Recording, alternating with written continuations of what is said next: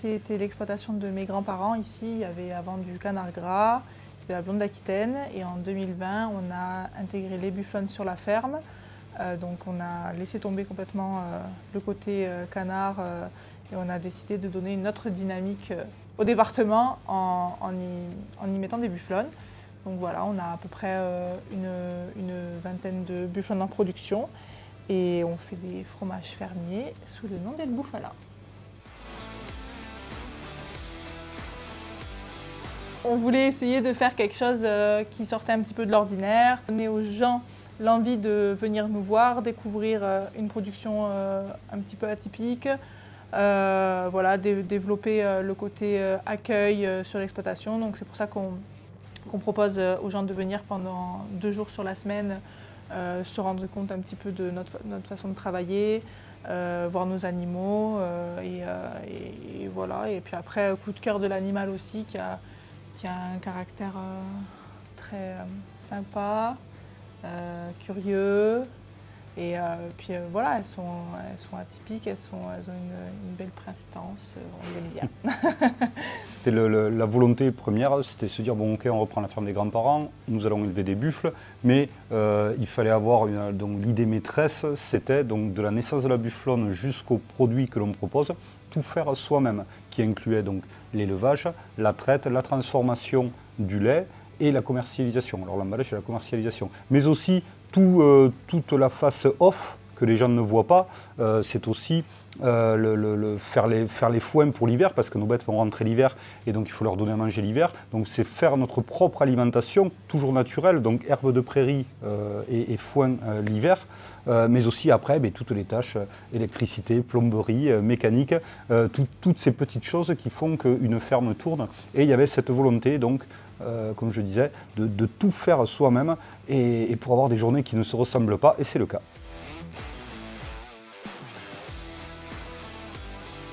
On n'était pas du tout issus, enfin on est issus du monde agricole, mais on n'était pas du tout dans l'agriculture ni l'un ni l'autre.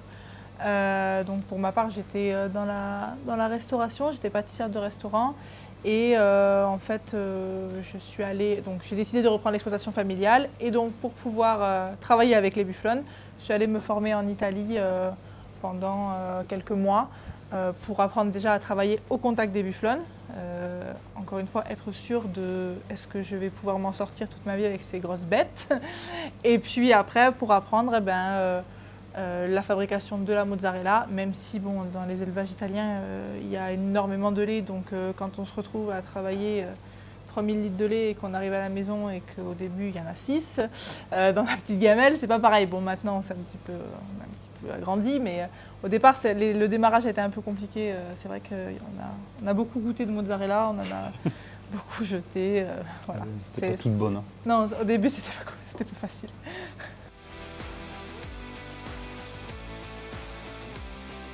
Alors la mozzarella, c'est un fromage à pâte filée. Donc en fait c'est un processus d'à peu près 6 heures où on va, comme tous les fromages, donc chauffer le lait, mettre des ferments, système d'acidification, d'écaillage. On va couper cette espèce de gel qui est donc le caillé en petits morceaux pour séparer le petit lait de la matière solide.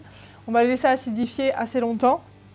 Et en fait, alors c'est un peu de la chimie, mais quand le pH est à un tel degré, hein, quand on rajoute l'eau chaude, on met de l'eau presque bouillante sur ce caillé et on va filer le fromage. C'est-à-dire que mozzarella, ça vient de mozzare, et mozzare, c'est rompre la pâte. Donc en fait, on va étirer cette pâte pour en faire comme une espèce de grand aligot. En fait, ça va faire. Et cette pâte-là, on va la couper pour faire les boules. Et c'est ça qui va donner les mozzarella.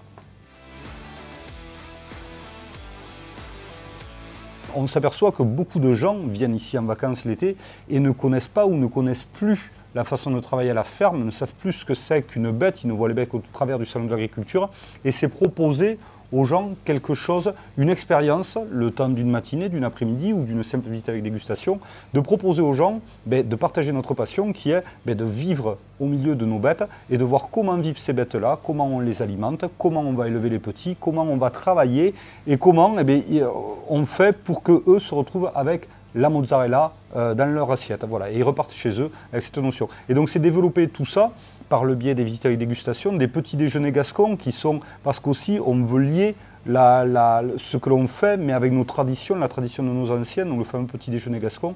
Donc c'est travailler autour de tout ça, marier l'ancien et le nouveau, l'innovation, et donc proposer aux gens tout un tas de petites activités qui nous permet de partager notre passion.